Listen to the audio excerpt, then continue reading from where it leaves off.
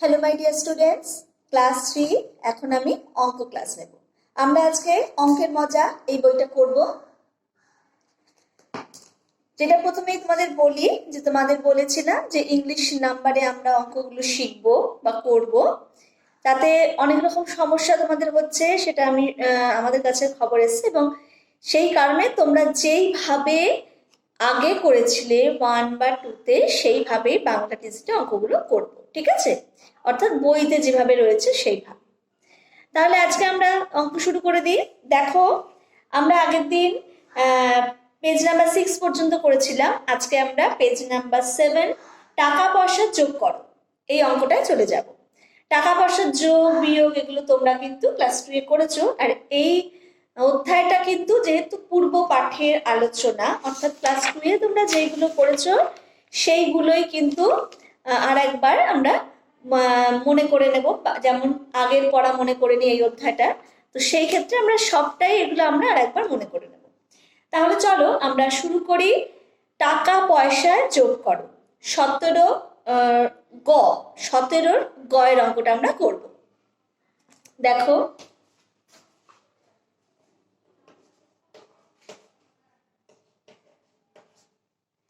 একত্রিশ টাকা 35 পয়সা, 31 টাকা 35 পয়সা,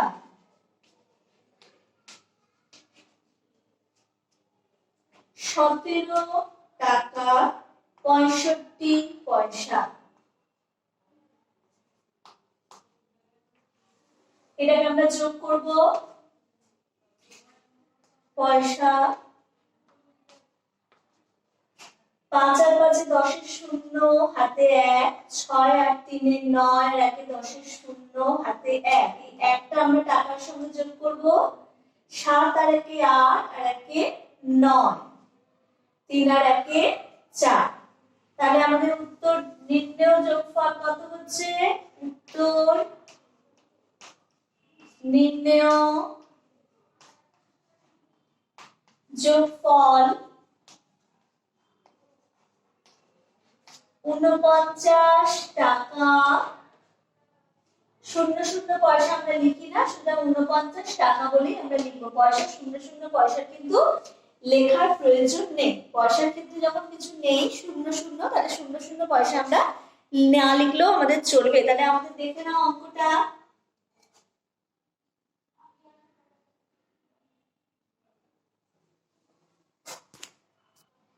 এরপর চলো আমরা পরে টাকা পয়সার বিয়োগ করো এই অঙ্কটাতে চলে যাই। টাকা পয়সার বিয়োগ, এটাও তোমরা ক্লাস 2 এ শিখেছো। আর একবার আমরা শুরু করি। 18 গ টাকা পয়সা বিয়োগ করো। 157 টাকা 85 পয়সা, 157 টাকা 85 পয়সা। তার থেকে আমরা বিয়োগ দিচ্ছি 89 টাকা 98 পয়সা। 157 টাকা 85 পয়সা, 89 টাকা 98 পয়সা। আর কত হলে 15 হবে? এরপর 9 10 11 12 13 14 15। 7 ভাগ হলে 15, হাতে 1। 9 এর 10 10 কত হলে 18 হবে? 8 হলে হাতে 1।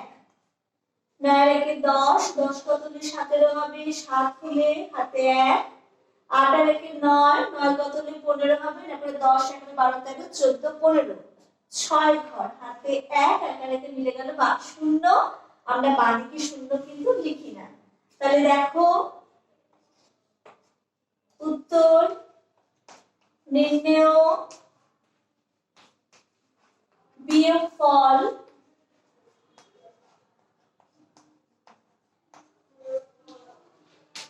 67 টাকা 87 পয়সা। তোমরা পয়সাটাকে পর পাশে দুটো বিসর্গও দিতে পারো। দেখে নাও অঙ্কটা।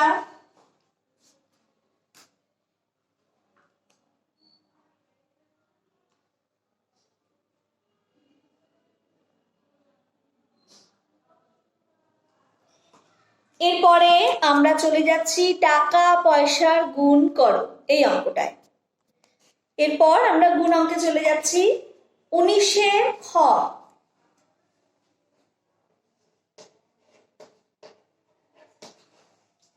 9 টাকা 63 পয়সা গুণ 9, তাহলে 9 টাকা 63 পয়সা গুণ 9।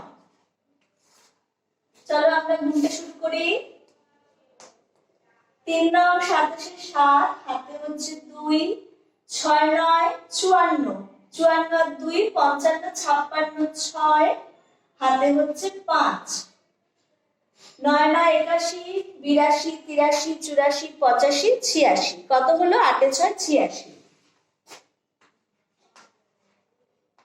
এবার যেহেতু দুটো ঘর পয়সার পর আমাদের টাকার ঘর বসলো, উত্তর নির্ণেয় গুণফল 86 টাকা 67 পয়সা। একইভাবে পরের অঙ্কগুলো এইভাবেই হবে। এরপরে আমরা 20 নম্বর অঙ্কে চলে যাচ্ছি। টাকা পয়সার ভাগ করো, এই অঙ্কে চলে যাচ্ছি। দেখো আমরা 20 কয়ের অঙ্কটা করব। 55 টাকা 44 পয়সা ভাগ 7, 20 ক।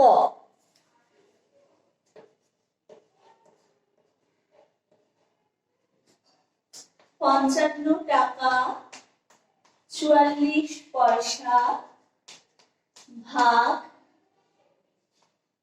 7, এই অঙ্কটা আমরা করব।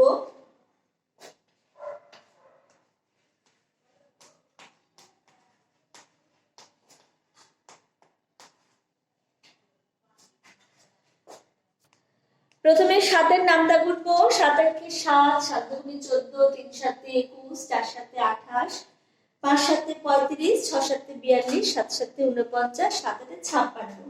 56 বেশি হয়ে যাচ্ছে, তাহলে 7 7 49, 9 কত হলে 15 হবে, 6 হলে হাতে 1, 4 1 5, 5 5 মিলে গেলে 0। এটা যেহেতু টাকার ঘরের সঙ্গে আছে, তাহলে এটা টাকা, 7 টাকা।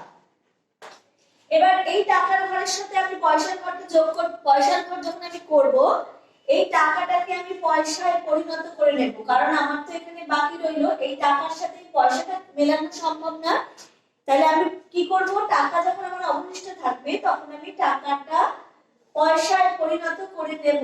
600 পয়সা হয়ে গেল পয়সায় পরিণত করলে। তোমরা ক্লাস 2 শিখেছো টাকাকে পয়সায় পরিণত করতে গেলে 100 দিয়ে গুণ করতে হয়, অর্থাৎ 1 টাকা সমান সমান 100 পয়সা। তাই আমি এটাকে টাকাটাকে পয়সায় পরিণত করে নিলাম 600 পয়সা। তার সাথে 44 পয়সাটাকে যোগ করছি,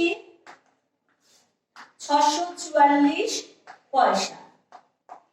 এবার আবার আমরা এই 7 দিয়ে ভাগ করব এই পয়সাটাকে। আমরা তো টাকার ঘরটাকে শুধুমাত্র ভাগ করলাম, 7 দিয়ে পয়সার ঘরটাকে ভাগ করব। 7 একে 7, 7 2 14, 3 7 21, 4 7 28, 5 7 35, 6 7 42, 7 7 49, 7 8 56, 7 9 63। তাহলে 7 9 63, 1 4, 7 দুগুণে 14, তাহলে 7 টাকা 92 পয়সা। দেখে নাও অঙ্কটা। উত্তর নির্ণেয় ভাগফল 7 টাকা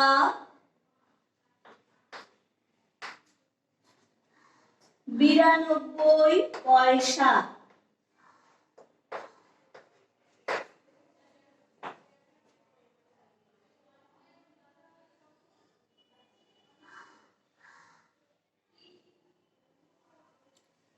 এর পরের অঙ্কে আমরা চলে যাচ্ছি। দেখো 21-এর খ, তুমি দাদার সঙ্গে তোমার জুতো কিনতে গেলে। 385 টাকা দামের একটি জুতো কিনলে। তোমার দাদা দোকানদারকে 500 টাকার নোট একটি দিল, দোকানদার তোমার দাদাকে কত টাকা ফেরত দেবে? আমরা বুঝতেই পারছি মোট 500 টাকা নিয়ে গিয়েছিল আর জুতোটির দাম ছিল 385 টাকা। তাহলে বাকি টাকাটা দাদাকে ফেরত পাবে। বাকি করতে গেলে আমাদের বিয়োগ করতে হবে। চলো অঙ্কটা করি।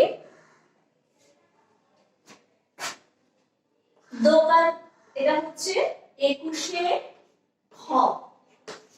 দোকানদারকে দেয়া হলো 500 টাকার নোট, তাই তো? দোকানদারকে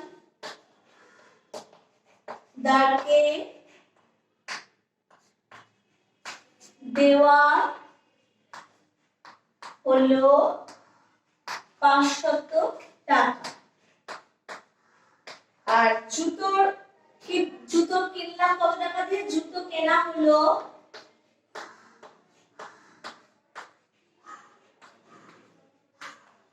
385 টাকা। তাহলে বাকি টাকাটা আমাদের ফেরত গেল। 5 কতলে 10 হবে, 5 হলে হাতে 1, 8 আর 1 9, 9 কতলে 10 হবে, 1 হলে হাতে 1, 3 আর 1 4, 4 কতলে 5 হবে, 1 হলে, মানে 115 টাকা দোকানদার ফেরত দিল। তাহলে দোকানদার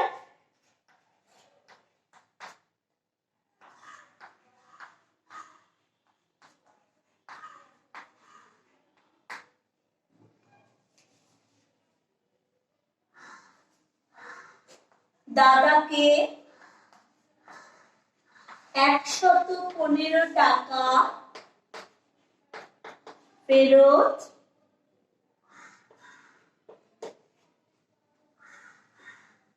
দেবে। দেখে নাও অঙ্কটা।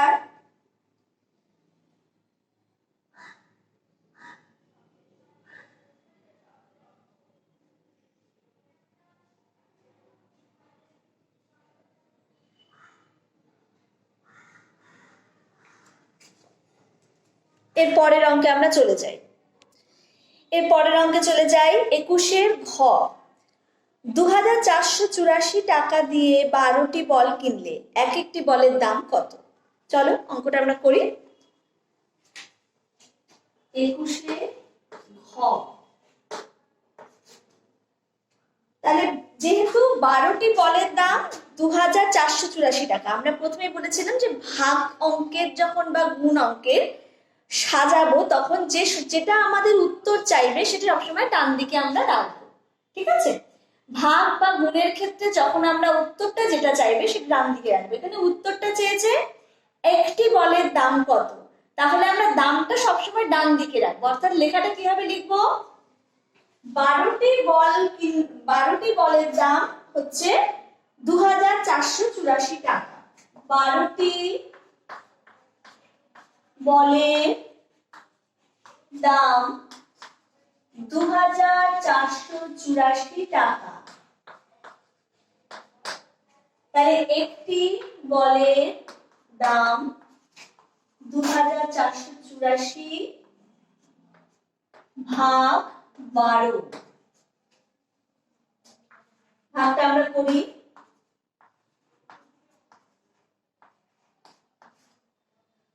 12 দুগুণে 24, 8 নামলো, কোন নতুন সংখ্যা নামলো অথচ গেল না। দেখো এটা তো ছোট সংখ্যা, আমরা 12 দিয়ে এটা ভাগ করতে পারছি না, তখন আমাদের কি করতে হবে? পাশের সংখ্যাটা নামাতে হবে। সেক্ষেত্রে আমাদের কোন নতুন সংখ্যা নামলো অথচ ভাগ গেল না, তখন 0 দিয়ে দিলাম, দিয়ে পাশের সংখ্যাটা নামালাম। ঠিক আছে? এবার 7 12 84, তাহলে 207 টাকা। তাহলে উত্তর হচ্ছে এক একটি বলের দাম কত? উত্তর এক একটি বলের দাম 207 টাকা।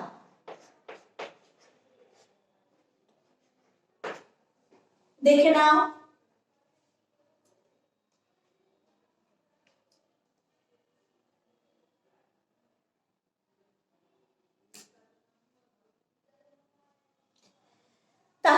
তোমাদের এই পর্যন্তই অঙ্ক আজকে থাকলো। পরের দিন তোমাদের আরো নতুন অঙ্কগুলো করাবো। আর তোমরা অবশ্যই তোমাদের ইন্টারাকশন ক্লাসে আমি বলেছি যে 23 তারিখের মধ্যে যতটা হোমওয়ার্ক তোমাদের দেওয়া হয়েছে 23 তারিখের মধ্যে 23 তারিখ না 25 তারিখের মধ্যে তোমরা সব খাতাগুলো চেষ্টা করবে জমা দিতে। 25 তারিখের মধ্যে, ঠিক আছে? 25শে জানুয়ারির মধ্যে সব খাতাগুলো আমাকে, হোমওয়ার্ক খাতাগুলো, শুধুমাত্র হোমওয়ার্কগুলো তোমাদের যেগুলো আমি দেখবো বলেছি সেই হোমওয়ার্ক খাতাগুলো আমাকে অবশ্যই জমা দেবে। তাহলে সবাই বাড়িতে অঙ্ক প্র্যাকটিস করবে। ভালো থাকবে, সুস্থ থাকবে। টাটা।